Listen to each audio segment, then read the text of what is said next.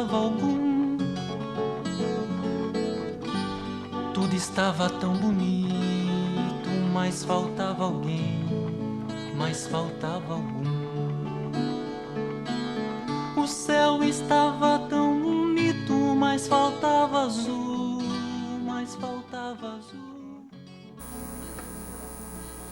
O céu estava tão bonito. Essa música que vocês ouviram na abertura do TV OK de hoje é uma música do Grupo Realejo, um grupo musical de São José do Rio Preto, aí pelos anos 60, anos 70, se eu não estiver enganado em relação à data, né? A música Faltava Alguém. O Grupo Realejo, o pessoal da nossa idade, né? José Carlos, Júlio, Grayson, vai se lembrar, tinha integrantes como o Benê, o Lore, o Cezinha, e fez muito sucesso em São José do Rio Preto. Foi um grupo musical realmente bastante interessante. E dentro daquela nossa ideia de homenagear sempre músicos e músicas de São José do Rio Preto, produzidos por músicos e às vezes compositores de São José do Rio Preto, a gente abriu o programa de hoje mostrando Faltava Alguém, do Grupo Realejo, que eu vou pedir para tocar mais um pedacinho para a gente ouvir. Pode ser? Este passarinho que alegrava a minha tarde, que era tão bonita, mas faltava alguém. Era um canto tão bonito, mas não dobrava. Vamos lá, gente. Começando mais uma edição do TV OK.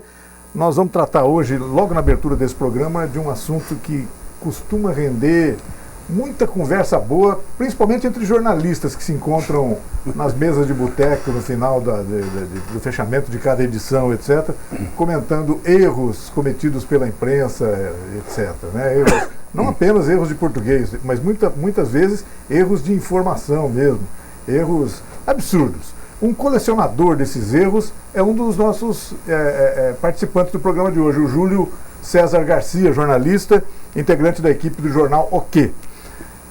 Júlio, daqui a pouco você fala sobre isso. Deixa eu apresentar também os outros integrantes da mesa aqui. O Grayson de Mello. O Grayson também já foi revisor de jornal, já foi chefe de reportagem, já foi um monte de coisa. Você deve ter se deparado com problemas desse tipo muitas e muitas vezes na sua vida. Muitas vezes. O Zé Carlos Pontes. Zé Carlos, é isso, né? Você também já trombou com isso. Já não, e cometi muito. Não só coleciono, como cometo. Quem não os cometeu, né? Não é verdade.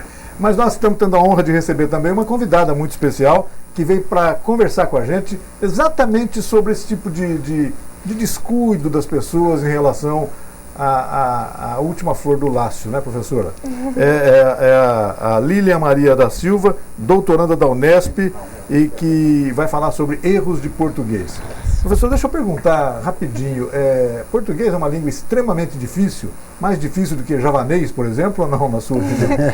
Eu não falo javanês, mas o português ele é uma língua difícil por conta da sua morfologia, as flexões verbais, que é diferente, por exemplo, do inglês, uma língua um pouco mais simples, né?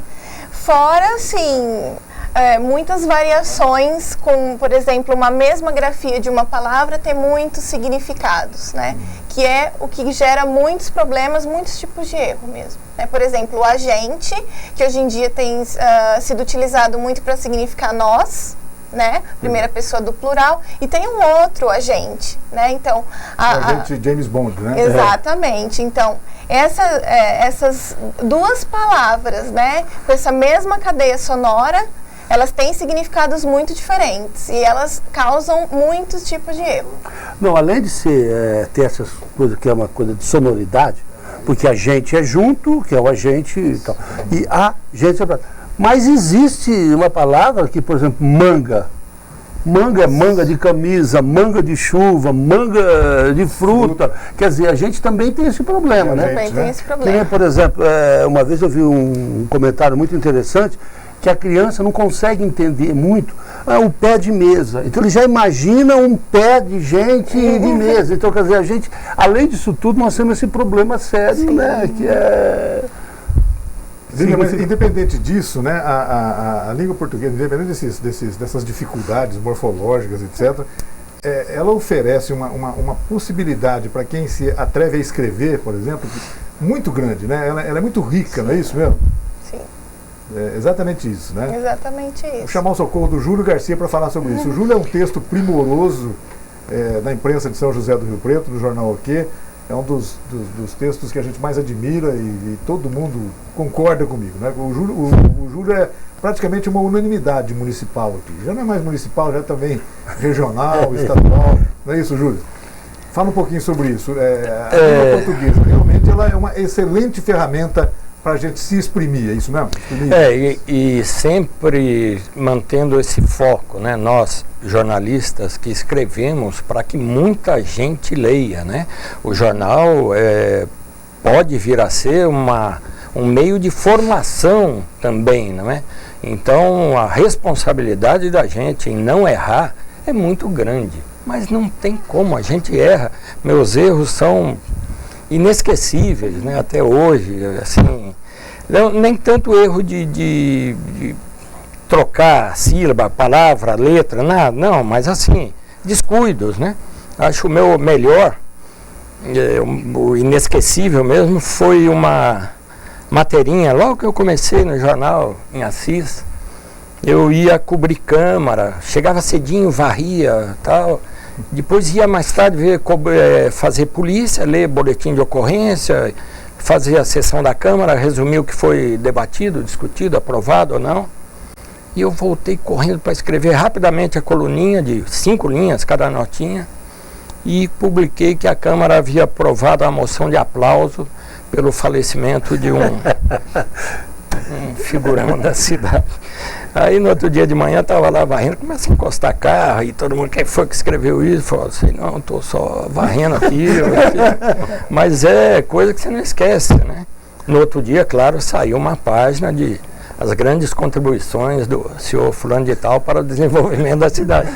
Mas enfim, erramos muito. E até hoje você vê a falta de revisor nas redações, que é um cargo que foi extinto há muito tempo, a falta dele é terrível, né? Errinhos assim, olha, uma relaçãozinha pequena, possui compromisso, o verbo possuir, né? Tomou uma postura, prometeram retaliação contra, a retaliação não pode ser a favor, né? Foi socorrido para o hospital, como se socorrer fosse sinônimo de transportar, de levar, né? Comentou sobre a crise, né? Isso é tão comum, né? O show acontece uma coisa inesperada, um show está programado, né? Enfim, só acidente acontece. Esses agora você tem uma frequentes. frase que eu acho fantástica, Júlio. Assim, como é que é? Desculpa. Você tem uma frase que eu acho fantástica, quando põe vítima fatal. Quem é o único que pode ser vítima fatal? O homem bomba. Esse é vítima e fatal. Porque eu vejo isso na televisão, vítima fatal. Quer dizer, você não pode... Fatal é o que causa a fatalidade. Você não pode. O acidente é fatal, o tiro é fatal, mas não a vítima, né? Não pode ser fatal. A não ser o homem bomba, claro. Mas é muito bom contar com a Lilian hoje aqui para a gente conversar sobre isso. Porque eu acho que a escrita ela tem uma outra coisa, que é essa dificuldade da estrutura. Mas a escrita ela é mais que isso, ela não é só a estrutura, só a sintaxe, a morfologia, ela não é só isso que vai gerar esse tipo de erro. Mas no caso do jornalista é você pensar para que público eu estou me dirigindo, que expectativa esse público tem em relação à minha postura de jornalista, que é não cometer esse tipo de coisa. Então isso é muito importante também de ser considerado. Eu acho que é mais importante até que o próprio erro da estrutura. É porque a imagem do jornalista é daquele que não comete erro. Né? Não tem esse tipo de erros de português. Só aponta erro dos outros, né? Agora, quando ele erra, fica bravo de você apontar o erro. Não, mas tem alguns erros que eu acho assim que leva a gente a cometer. Por exemplo, o carro que caiu num buraco de 4 metros de altura. Quer dizer, é claro, é de profundidade. Buraco não tem altura, tem profundidade, né? O cara... Mas assim, transfere o linguajar comum, você leva a escrever isso. E outra coisa, não pode. Por exemplo, na língua portuguesa tem umas coisas que são assim, cheque de você dar cheque é com CH.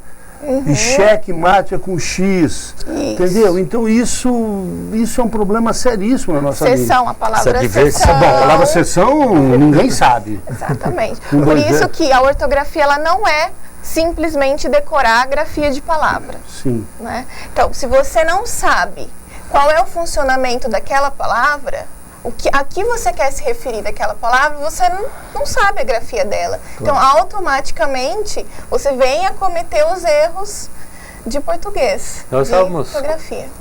Nós estávamos conversando um pouco antes, ali atrás, e a professora Lilian estava dizendo que um dos problemas sérios é que quando se ensina a criança as palavras, se ensina ela a decorar apenas a palavra como é escrita, mas não o seu uso, sua frequência e suas variações para se ter uma ideia do uso apropriado de cada palavra. Eu gostaria que você explicasse um pouco melhor. Sim, porque isso. quando você...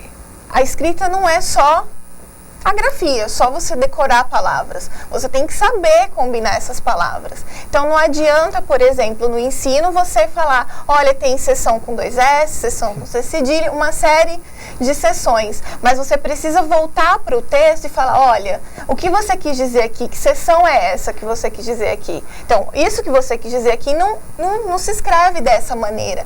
Então, por isso que é uma prática didática muito comum pensar que a ortografia é você decorar palavras, como essas palavras se escrevem. Quando essas palavras, elas só têm... A relação dela na frase. Isso, elas só vão ter um sentido para concretizar a escrita quando elas estão combinadas. Então, você precisa trabalhar no ensino dentro do texto, a ortografia dentro do texto.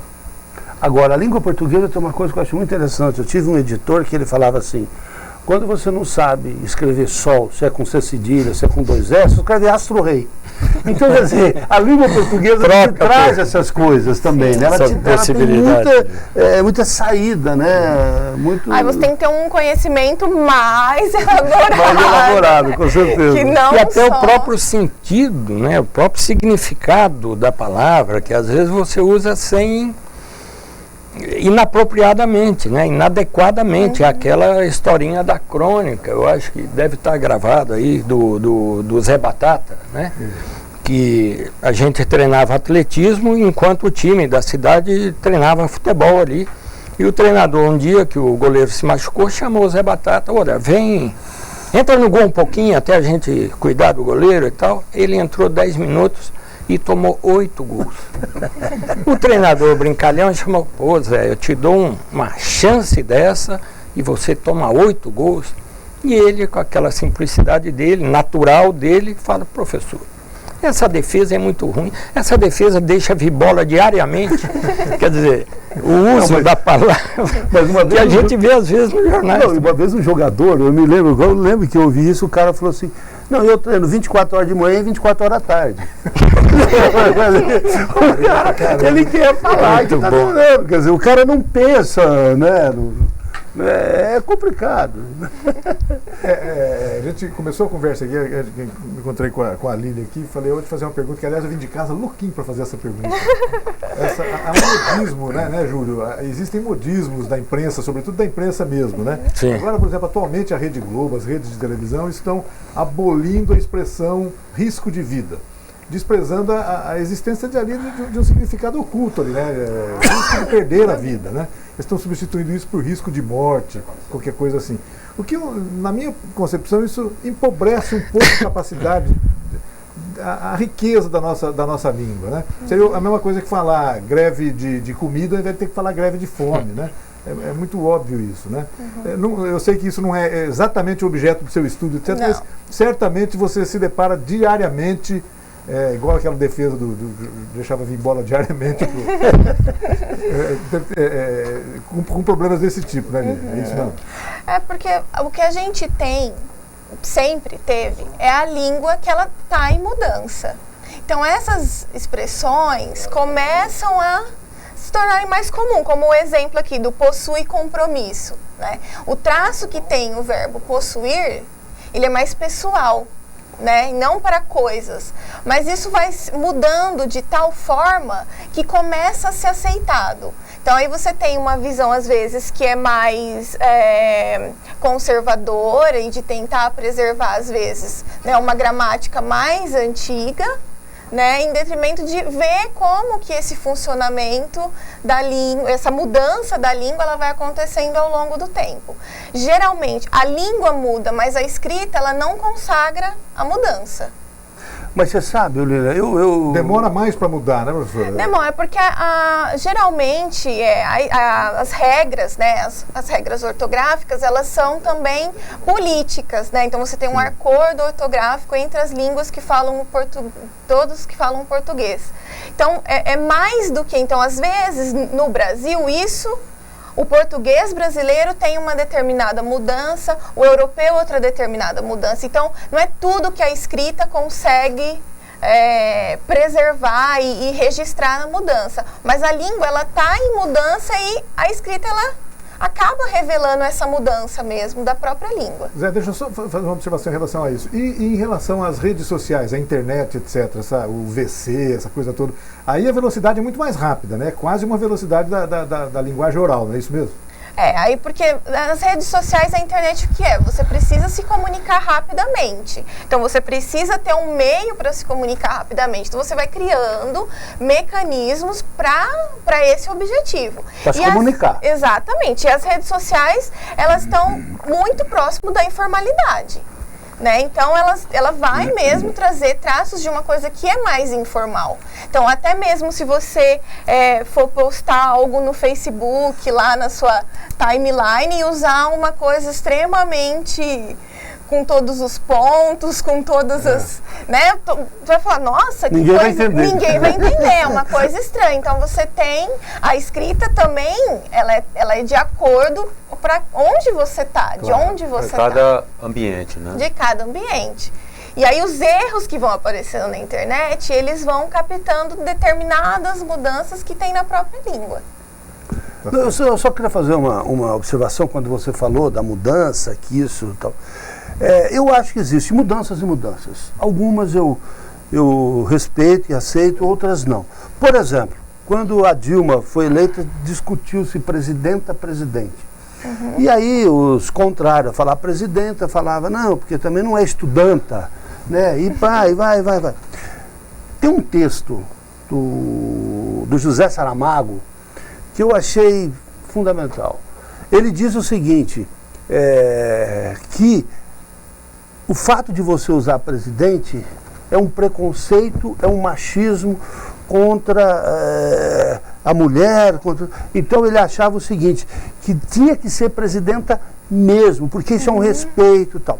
E um dia, eu vendo aí na Globo News, eu tinha um professor de português e um cara pegou e falou presidenta. Aí o professor falou, pô, você falando presidenta? Ele falou, estou. Porque, não me lembro se foi na Argentina, não sei aonde, ele falou assim, quando entrou no Chile, quando entrou a presidenta, as mulheres, as crianças falavam assim, eu quero ser presidenta. É muito diferente de falar, eu quero ser presidente. Entendeu? Quer dizer, existe aí um fundo político de preconceito. Lília, mas e aí? Tá certo, presidenta, né? Tá certo. Tá certo também. Mas não está errado o presidente. Não, está errado. Tá. Eu acho que o termo presidente ou presidente, ele é mais isso que ele estava falando. É mais mesmo uma postura, mesmo política, ideológica, de se colocar como presidenta. Aí eu acho que já extrapola, é uma coisa que já foge um pouco da estrutura. Tá errado ou tá certo? Eu não posso deixar de me lembrar de uma expressão utilizada pelo personagem Odorico Paraguaçu, na novela O Bem Amado, em 1900 e Grayson de Mello, alguma coisa assim. Ele chegava e falava assim, que ele não era sem vergonha, ele era sem vergonho. Lógico. Não, e ele que cunhou a imprensa escrita, falada e televisada. Foi ele que hoje passou a ser correto. Né? Escrita, falada, escrita e televisada. Quer dizer, falada e televisada, quer dizer, e que se criou, e eu já vi muitos políticos falarem isso, né? E deixando para trás mente, vamos para o para frente mente, né? Ele falava. Júlio, bom, eu sei que você trouxe aí um calhamaço. arsenal. umas 700 páginas, mais ou menos, de erros, equívocos, enganos, descuidos, vamos chamar como você quiser, mas fala alguns deles aí pra gente se divertir um pouquinho. Folha de São Paulo. Erramos da Folha de São Paulo. Diferentemente do publicado na edição de ontem, Jesus Cristo morreu crucificado e não enforcado. Então, mas é uma questão de informação, né? Pois é, e é um jornal. Agora, tem uns muito interessantes, cara, que a gente não pode deixar de citar. De jornais importantes do Rio, aqui, olha aqui, O Globo, não é qualquer um, O Globo. Os nossos leitores nos desculparão por este erro indesculpável. Jornal O Dia, também do Rio. A vítima foi estrangulada a golpes de facão. O Dia também outra. No corredor do hospital psiquiátrico, os doentes corriam como loucos. Aqui já era uma brincadeira, aí já era uma... Isso aí acho que foi de Mas propósito. aqui, JB, Jornal do Brasil, ele contraiu a doença na época em que ainda estava vivo. Perfeito. Eu acho que temos um intervalo, é isso? Agora? Vamos já, mas Podemos continuar. Isso, daqui a pouco Extra. Parece que ela foi morta pelo seu assassino. O acidente foi no triste e célebre Retângulo das Bermudas, em vez de triângulo. não é bem um erro de português, né? É um erro de... Jornal O Dia, que é aquele jornal sensacionalista. E tal. O velho reformado, antes de apertar o pescoço da mulher até a morte, se suicidou. A polícia e a justiça são as duas mãos de um mesmo braço. O aumento do desemprego foi de 0% em novembro. Esse foi JB também, Jornal do Brasil. É difícil acreditar, mas tudo isso são erros autênticos, né? Autêntico, não, catalogado, estudado. E muitas vezes erro do descuido, né? O cara tinha um título e não cabia, estava estourando, aí tinha que pôr uma palavra mais curta, e ao mesmo tempo que ele optou por uma palavra mais curta, o menino na gráfica reduziu o corpo. E aí o corpo ficou curto e ele pegou o inicial, deu certinho, manteve as duas palavras, né? Cadáver encontrado morto à margem da rodovia, né? Porque era cadáver, o outro era morto e ficou aí, manteve o... Não, mas você sabe que uma vez eu em Rondônia, em Ji-Paraná, a gente fazia aquele jornal com linotipo, e a gente tinha poucos tipos para fazer os títulos. E a matéria era o seguinte, a empresa de telefonia do Brasil, Embratel, inaugura 100º milionésimo telefone. Não deu para pôr milionésimo, ele tirou o milionésimo, Embratel inaugura 100º telefone. Pronto, estava resolvido o problema. Então, porque antigamente o paginador tinha esse peso, né? Tinha autoridade. Zé, Júlio, Lília, deixa eu chamar um rápido intervalo, a gente volta daqui a pouquinho para continuar essa conversa boa, tá certo?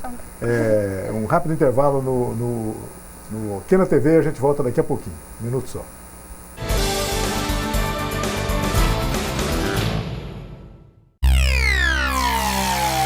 A AmplitudeNet é uma empresa dinâmica e arrojada capaz de oferecer soluções completas e inovadoras nos segmentos de informática, telecomunicações, segurança e tecnologia da informação. AmplitudeNet, o melhor da tecnologia em um só lugar.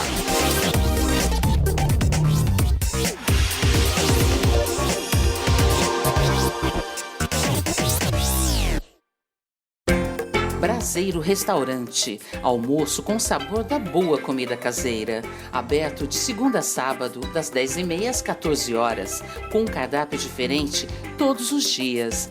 Braseiro Restaurante, um jeito simples e gostoso de comer bem. Rua Campos Sales, 1343, esquina com a Prudente de Moraes. Fone 3222-3612, no bairro Boa Vista.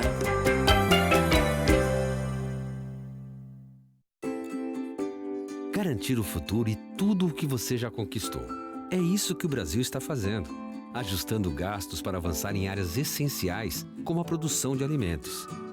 Este ano, estamos investindo mais de 180 bilhões em crédito para o produtor rural, para aumentar a produção e garantir alimentos de qualidade, com preço justo para todos. Quer mais?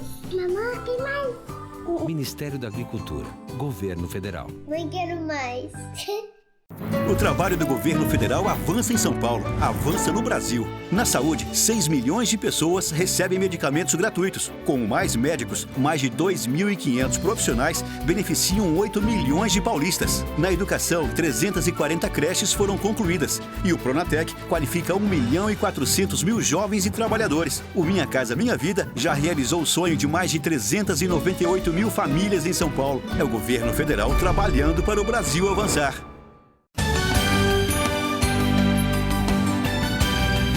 A TV Rio Preto faz parte da história da cidade. A sua programação é transmitida pelo canal 7 da NET. Nossos programas são vistos e discutidos em todos os campos da sociedade. Aqui falamos de Rio Preto. E quais os motivos para anunciar? Valores muito abaixo do mercado convencional. São mais de 200 mil espectadores entre as classes A, B e C. Público formador de opinião com alto poder aquisitivo.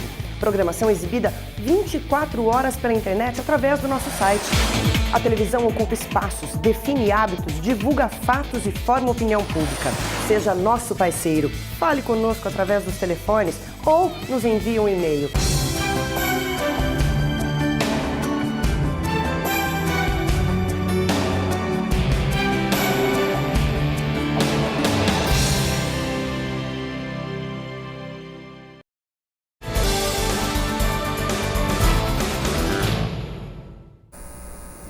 Estamos de volta com o OK na TV, aqui pela TV Rio Preto, reunindo hoje os jornalistas Grayson de Mello, Júlio César Garcia, José Carlos Pontes e a doutoranda da Unesp, a Lília Maria da Silva. Nós estamos falando, entre outras coisas, sobre erros de português, sobre descuidos da imprensa, enfim, sobre um monte de coisas.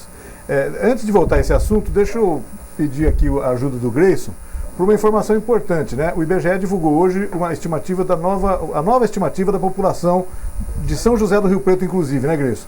Já somos hoje 442 mil habitantes, é isso mesmo?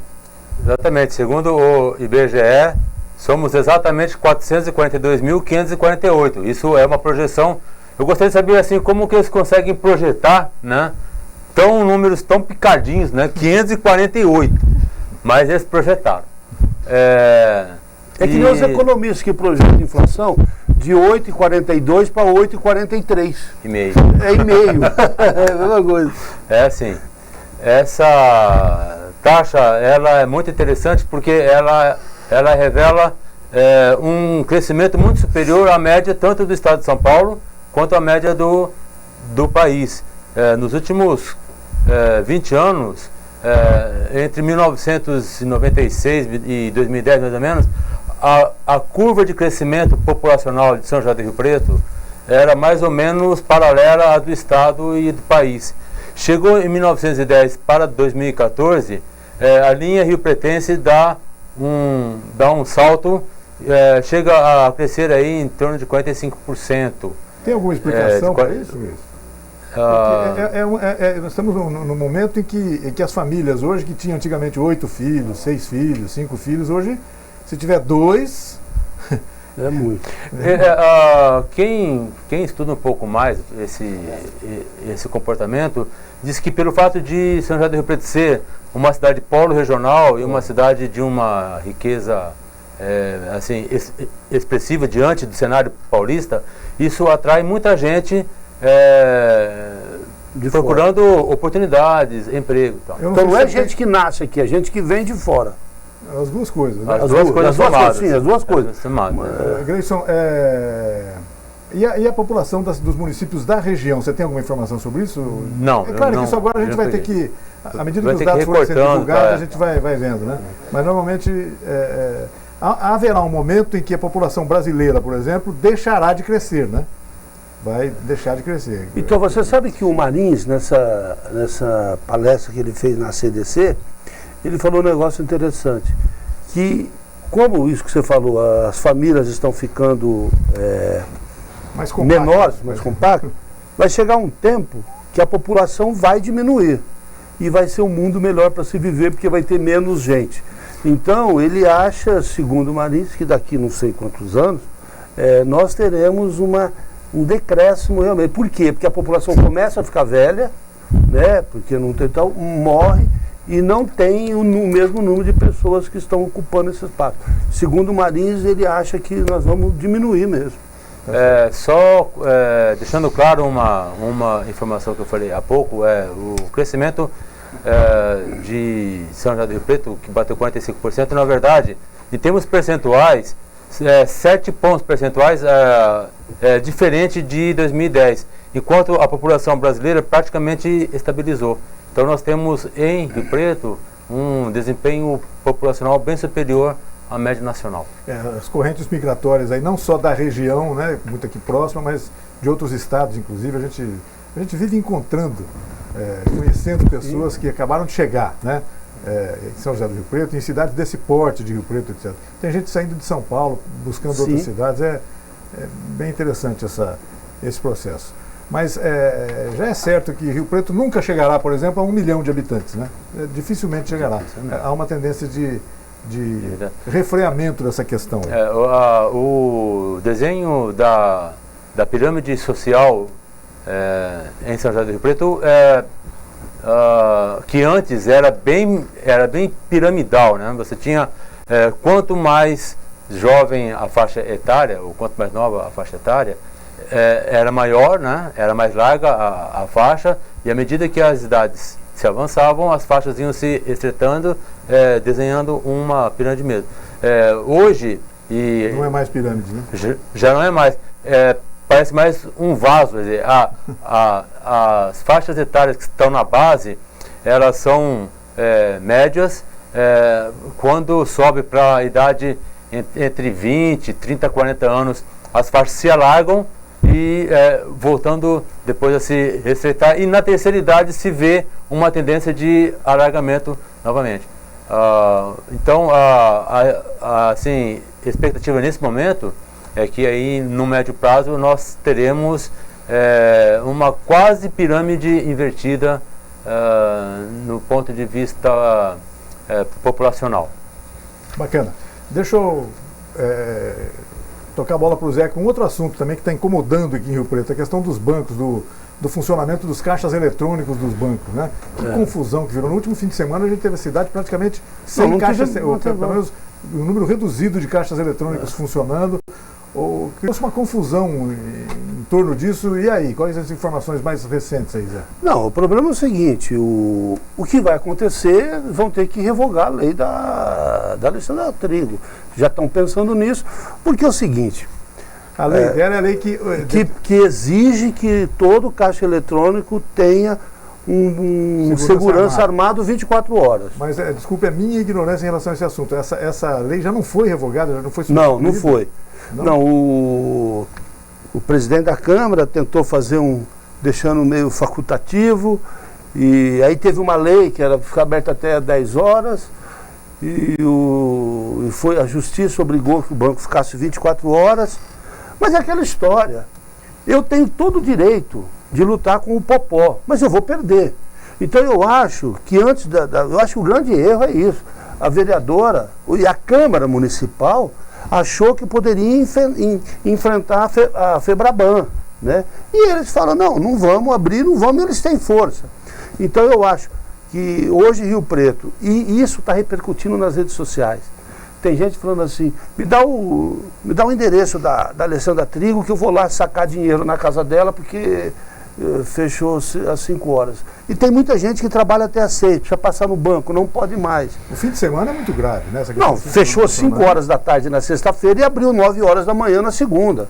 Quer dizer, hoje para você tirar dinheiro aqui em Rio Preto, você tem que ir em Mirassol. Mirassol, Badibacite, Cedral, você tem que ir. Uma alternativa era ir àqueles caixas dos supermercados, dos shoppings, né? Só que todo mundo fez isso, ou seja, às 10 da manhã não tinha, já tinha acabado o dinheiro desses. Eu fui sacar um dinheiro 8 horas da manhã. No dia seguinte você não conseguia de manhã. Eu fui sacar um dinheiro 8 horas da manhã e estava fechado. Aí eu falei assim, eu vou no supermercado que tem. Cheguei lá, tinha um cara bravo, porque apareceu a mensagem, não estamos em contato. Quer dizer, e eu acho que isso foi um tiro no pé da Alessandra Trigo. Acho que a Alessandra Trigo vai ter um problema seríssimo na próxima eleição, porque criou um clima de, assim, que é gozado. E todo mundo fala que os bancos estão fechados porque a Alexandra Trigo fez uma lei para fechar o caixa. Já não é mais aquilo para ter segurança e os bancos não querem fechar. Acabou, a culpa é dela. Né? Tá certo, Zé. Deixa eu aproveitar a Lília aqui e fazer uma pergunta para ela a respeito de uma expressão que você usou agora. A expressão, o superlativo, seríssimo. Tem uma complicação, tem um complicador aí, nós tem 2 Is nessa palavra. Fala um pouquinho, professor. Uma complicação que é da pronúncia mesmo, né? Seríssimo, né? Seríssimo. O superlativo, geralmente, né, ele, por ser uma palavra muito longa, né, então todas geralmente causam um problema que é mesmo da pronúncia mesmo. Tá, mas aí nesse caso dobra o I, dobra no outro I. Tem que dobrar o I, mas na pronúncia fica quase igual. Na pronúncia você elimina um dos I. É que nem mini saia, você tem que juntou tudo, depois dois S e vira. Que é um problema sério esse também de hífen. Tira hífen, coloca hífen. Ninguém sabe quando é hífen, quando não é hífen. Esse novo acordo ortográfico ficou complicado. Foi difícil. Tem alterações nos países de língua lusófona, né, nos países que falam português, que ainda estão para ser implementadas. Tem coisa ainda que determinado país não aprovou, outro já se adiantou antes. Já virou uma confusãozinha em relação a isso? O uso, né? Até isso chegar no uso e começar a ser implementado, isso demora muito, né? Então, assim, um acordo que é político, antes de ser para regulamentar né? Acima de tudo, ele é político, e isso até chegar exatamente no uso vai criando esse monte de confusão, e isso no Brasil, em todos os países. Agora, os idiomas, né? O português, no Brasil e em Portugal, é quase o mesmo idioma, né, professor? Tem expressões muito diferentes, né? Tem expressões muito diferentes. Falsos cognatos, assim, umas coisas impressionantes, né? Sim, e aí já tem uma discussão mesmo nas literaturas específicas mesmo, né? Dentro da própria linguística, que é discutir se o português do Brasil e o português de Portugal são 2 línguas diferentes, justamente por conta de muitas mudanças, não só, né, nos falsos cognatos, por exemplo, ou se são variedades do português. E não, inclusive o Saramago, ele não admitia a tradução para as línguas que falavam português, a tradução para o português. Tanto é que você pega um livro do Saramago, não é sobrenome, é apelido, não é café da manhã, é pequeno almoço. Ele não permitia, ele falava, não, nós podemos ter uma... Era um cara que lutava porque ele achava que nós deveríamos, todo país que falava a língua portuguesa deveria ter as mesmas expressões, então levar. Porque é muito difícil, você vai em Portugal... É como você escutar outra língua. É outra língua. Apesar que eu tenho um amigo, né, o Radar, que jogou no Flamengo, ele foi para Portugal e uma semana, um mês depois ele voltou. Eu falei, ué, Radar, e aí? Ele falou, não me adaptei com a língua. Aí também já é absurdo. Júlio, tem mais daquelas tiradas que você estava, com as quais você estava nos brindando agora há pouco aqui? Fala mais um pouquinho sobre isso. Eu acho que a gente pode recordar, até pela consequência, um equívoco histórico da revista Veja, por descuido, né? A gente sempre tem descuidos aqui em jornal de interior, nos grandes jornais, né? Tivemos aqui no jornal local uma informação de que a internação para um determinado caso de doença aí demorava 72 anos, né? No dia seguinte saiu erramos, né? A internação demora 72 horas, não 72 anos, como dissemos ontem. Que bom, né? Esse mesmo jornal, agora recentemente, numa matéria sobre falta de feijão na merenda escolar, informou que o feijão, um cereal com um grande teor, né? Não é cereal o feijão. Está misturando um pouco. Mas enfim, é isso. Mas, Júlio, mas é duro, por exemplo. É duro falar que tomate é fruta, né? A leguminosa, né? O feijão. Não, cara, mas também não põe a cereal, põe um produto, põe o genérico. Grão. Uns 10. Você chamava jogador de xadrez de atleta? Não, isso eu me recusava. Atleta. Porque é o seguinte, a gente saía à noite, não, isso eu falava, gente, não dá. Você saía à noite para beber com os jornalistas, com o pessoal da coisa, aí vinha aquele cara magrelo, óculos desse tamanho, cara era jogador de xadrez. Eu falava, pô, como é que eu chamo um cara desse de atleta? Sabe, o mínimo o cara tem que ter. A rigor, a origem é dos tempos antigos, de atletismo. Todo mundo disputava atletismo, não tinha outra competição, né? Lá. Mas xadrez não tem jeito. E aí aí generalizou, mas para xadrez fica mais complicado. Dá para evitar, né? Só para concluir aquela questão desses equívocos, né? O histórico maravilhoso é o da Veja, né? Lembra? Sim. Que hoje é o editorzão, hoje é o capo da Veja, é o Eurípides Alcântara. Ele era um repórter, nessa época eu trabalhava na revisão, lá na Abril, e o Eurípides leu uma revista europeia, e no dia 1º de maio, as revistas do mundo, no dia 1º de abril, as revistas do mundo brincam com o Dia da Mentira. E no dia 1º de abril ele leu que um cientista com o sobrenome McDonald's ou, enfim, Wimpers, era nome de duas redes de fast food, eles usaram já na matéria para brincar também. Haviam descoberto, conseguido a fusão de células vegetais e células animais, né? E que a partir disso já se podia prever um tomate com sabor de sanduíche, ou um sanduíche com... Enfim, uma coisa maluca, né? Ele não leu até o fim, onde a revista informava. Essa matéria é uma brincadeira de 1º de abril. E ele publicou na Veja aquilo. Meia página. Uma matéria com ilustração. Tem tinha um ilustração da matéria. O boi. Fantástico, um gráfico. Era o boi mate. Daqui eu usei ela aqui, estava aqui. Mas enfim, meia página com ilustração, com dado de ciência, enfim. E a Veja não deu o erramos, né? A Veja não deu o erramos. Porque o Estadão, 20 dias depois, o jornal O Estado de São Paulo publicou uma matéria comentando a publicação da Veja. E aí os leitores de jornal começaram a escrever para o jornal também, né? O brasileiro não perde tempo. E começaram a comentar. Não, já existem outras experiências. Por exemplo, estamos agora aqui num cientista que está estudando o cruzamento de pombo-correio com papagaio, porque aí ele já leva a mensagem completa, falada, né? Cobra com corpo. Mas, Júlio, eu me lembro que depois, quando surgiu a revista Época, se eu não me engano, foi o Pedro Bial. Se eu não me engano, não tenho certeza absoluta. Ele estava, acho que nos Estados Unidos, e ele entrevistou um cara que era tido como o cara mais inteligente do mundo. O cara mostrou os dados e papapá. E era uma piada, era uma mentira. O cara fazia isso como uma brincadeira e tal. E ele fez a matéria, entrevistou o cara, fez uma matéria séria e tal. E era uma época que a Veja e a Época estavam disputavam o mercado. E a Veja deu uma notinha que o Pedro Bial tinha caído e tal. E aí, o Pedro, eu acho que é o Pedro Bial, respondeu e lembrou o Boi Mate. Falou, vocês estão me gozando, cara? E vocês que publicaram o Boi Mate e nunca se retrataram, porque a Veja nunca se retratou, né? Esse que é o pior, né? No Boi Mate?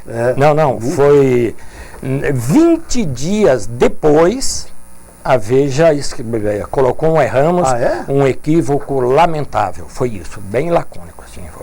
De fato, o erro foi um equívoco lamentável, ponto, só, nada mais. Mas foi assim, 20 dias depois. E eu lembro que tinha o gráfico, tinha o tomatinho, tinha o boizinho, né? Tá aqui o gráficozinho assim. Acho que não dá para fechar aí, né? E eles faziam esse gráfico e mostravam. Tem o boizinho aqui, tem os tomates, aí cruza ali, sai. Maluco, cara, um negócio. Olha, triste. Olha o tamanho da matéria. Não é meia página, né? É meia página porque tinha uma outra de uma coluna só. Agora, eu vou falar uma coisa para você, viu, Júlio? Quem faz jornal e rádio, tem muita gente maldosa. Eu lembro uma vez, eu era repórter de campo em Votuporanga, a Votuporanguense esperando o adversário não vinha, e não tinha celular na época. E tinha um cara que tinha sido o presidente da Votuporanguense. Me chamou do Alambrado e falou, o negócio é o seguinte, recebi agora uma informação, o ônibus capotou e teve um acidente grave e eu acho que vai ser cancelado o jogo. Quer dizer, eu poderia muito bem dar essa informação. Eu fiquei meio assim, fui conversar com o presidente falou, não tem nada a ver. E o time acabou chegando, furou o pneu, coisa assim. O cara que fez isso é seu amigo, é? Não, mas... um amigo dele... Não, esse cara tinha sido presidente. Quer dizer, é um cara que quer gozar os outros. Acha bonito você cometer erros, né? Isso tem muito na imprensa. Se você não checa a informação, não, o risco você não checa. Claro. Você não checar. Terrível. Foi em Votuporanga aquela história do repórter de campo. Então, já que está falando em repórter de campo de Votuporanga, vamos transferir para Votuporanga, ainda que não seja lá, viu, Júlio? O cara falou assim, chove, como é que é? Chove... Não, era o seguinte, Granito. O cara que abria, ele fazia assim, cada um vai dar uma chamada. Cada um dá uma chamada e depois você volta explicando. E um dos repórteres, que estava chovendo, o repórter em campo pensou, né? Chove no estádio. Cantos do E aí, fulano, não sei o que, não está chegando gente. Aí, antes de chegar nele, pediu o ponto ao repórter. Cláudio, sua manchete. Ele falou, chove nos 4 campos Os 4 cantos. Nos 4 cantos do gramado. Ele falou, nossa, era essa a minha manchete, cara. Aí ele chamou, e a sua chamada? Ele não tinha, ele falou assim, e no meio do campo também. Só nos 4 cantos que chove. Também chove no meio. Quer dizer... No meio também. Fantástico. Tem alguma coisa sobre esse assunto ainda, Júlio? Você está... Não, eu acho que... estava procurando outros semelhantes de vítimas e... Como tinha falado do ônibus... Lília, você estudando, fazendo... o que você acha que vocês discutem que é grave nessa evolução da língua portuguesa? Tem alguma coisa assim que você fala? Isso pode... É um erro muito grande... Isso pode ser verdade que nem umbigo que virou imbigo. Existe essa preocupação ou não? Eu acho assim que todo erro de ortografia ele chega a ser grave se a gente pensar que ele é reprovável. Então, por exemplo, você vai numa entrevista de emprego, a pessoa vai pedir para você fazer, não sei, um texto, alguma coisa, ela vai te julgar por aquilo. Então, o que a gente faz é analisar o erro, entender a motivação dele, né? Mas é tentar mostrar também que ele é grave. Pode ser um erro pequeno, pode ser um de repente junto, alguma coisa pequena. Mas ele é grave, porque você não espera de um profissional, você não espera de um jornalista, de um médico, de qualquer profissional que seja, um erro como esse de ortografia. Então, por mais que a língua muda e etc e tal, mas em termos de você pensar a escrita socialmente, todo tipo de erro é muito complicado. Agora, deixa eu só contar uma historinha. Eu, quando eu estava em Rondônia, eu viajei um pouco, tinha um vereador que falava, eu desconcordo. E eu desconcordo. E a gente morria de rir. Aí a gente começou até a brincar, eu desconcordo. Um dia eu peguei o Aurélio, tá certo, eu desconcordo. É aceitável. Não, está correto, é desconcordo ou discordo. Então, às vezes, uma coisa... Isso que é complicado na nossa língua. Às vezes você acha que seja um absurdo, você vai lá Existe. Tá correto, existe, que né? É impossível conhecer tudo. Impressionante. As palavras vão com mau uso ou por simplificação vão se alterando, né? Por 14, 14... Reboco, o revestimento das paredes, etc. Muita gente fala reboque. Vou mostrar reboque na parede. O que é isso, professora? O que está acontecendo aí nesse caso? Eu mesmo. Você tem alteração mesmo da palavra, né? A própria dinâmica da língua. A própria dinâmica é você tentar aproximar algumas palavras de outras que já existem, né? Você criando novas palavras, você vai criando neologismos e sempre dentro de uma estrutura que a língua prefere mais. 3 sílabas, uma sequência que é preferencial, aí você tem uma série de motivações que vai...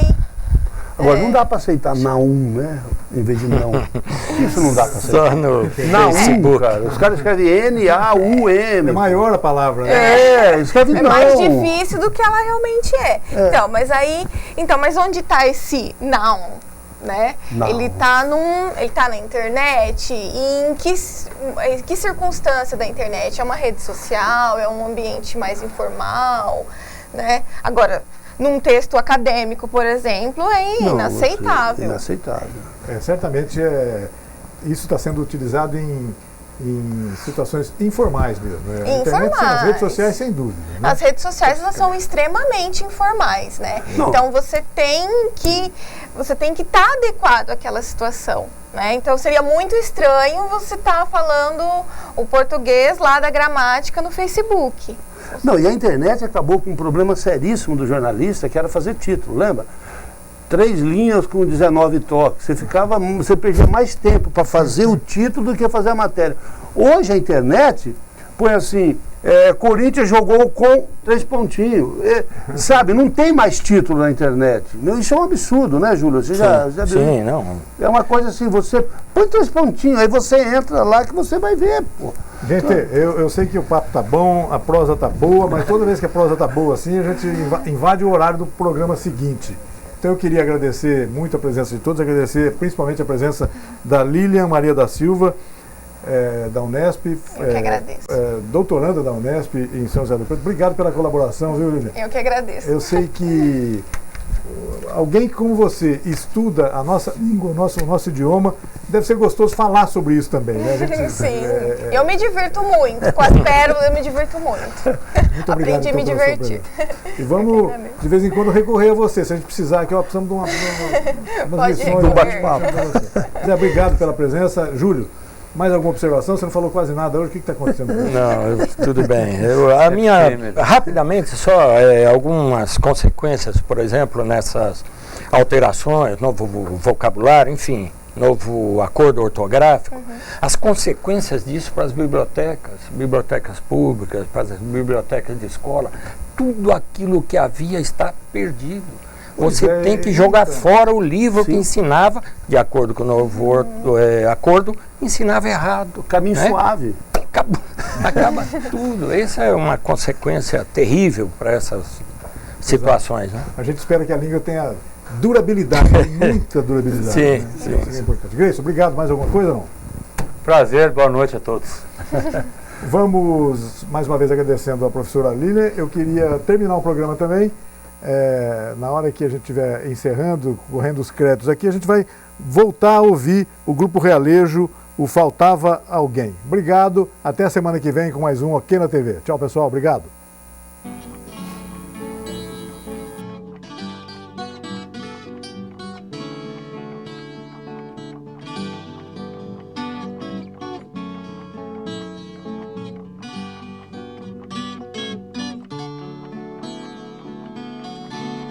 Estava tão bonito, mas faltava alguém, mas faltava algum